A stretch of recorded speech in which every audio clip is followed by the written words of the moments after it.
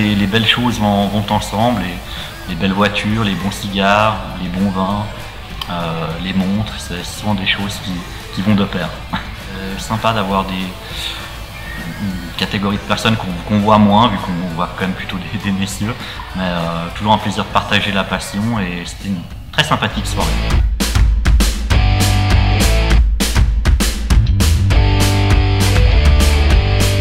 Vegas qui veut dire les champs en fait, ou la fontaine, et Santiago qui est cette ville où se trouve la manufacture, Santiago de Puriscal.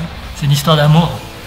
C'est l'histoire de paysans au Costa Rica qui faisaient du tabac pour les cigarettiers américains, qui un jour ont décidé qu'ils pourraient donner un meilleur futur au tabac que terminer dans une cigarette.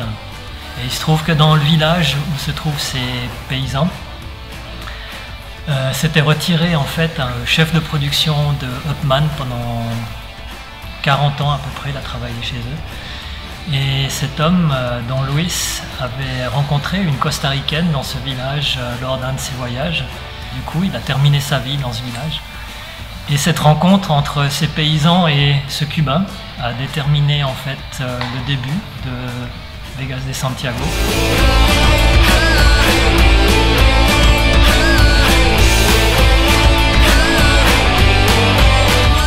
Alors, le Cercle Speakeasy est une association qui a été fondée il y a bientôt 7 ans, en septembre 2011, par 3 passionnés de cigares. Je suis moi-même amatrice, aficionada, comme on dit, depuis début 2009.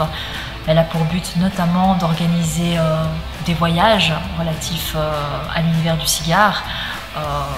Le plus grand organisé a été à Cuba, dans le cadre du Festival del Habano, qui est le festival clé pour chaque amateur de cigares. L'association organise également des dégustations de cigares, voire des initiations, ou encore différents sujets à thème, toujours relatifs à cet univers du cigare.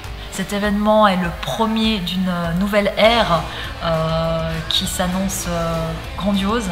On prévoit de faire toutes sortes d'événements liés au cigare, principalement des dégustations, des initiations sur Genève et ailleurs, et probablement un voyage, mais à partir de 2019.